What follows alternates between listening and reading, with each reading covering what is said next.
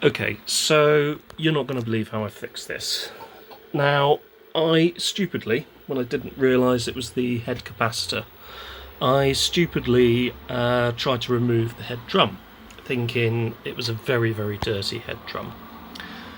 And on trying to remove it, and I don't know why I did this, slipped a small flat-bladed screwdriver between the upper head drum and the lower head drum, and that consequently put a nick into the lower head drum. So that was the cause of the noise on the screen. So using this sanding block and then something to polish it afterwards, I now have the following. Absolutely perfect picture.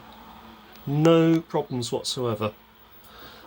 So I did actually try, before that, actually adjusting the audio control heads. I thought it might be a control track issue, but it was in the same position each time, which would sort of suggest to me, on the position of the head, as it was sort of around here, you could on the head drum rather, you could argue that that is near the bottom of the picture when you sort of think about the track of the head across the various tracks on the tape.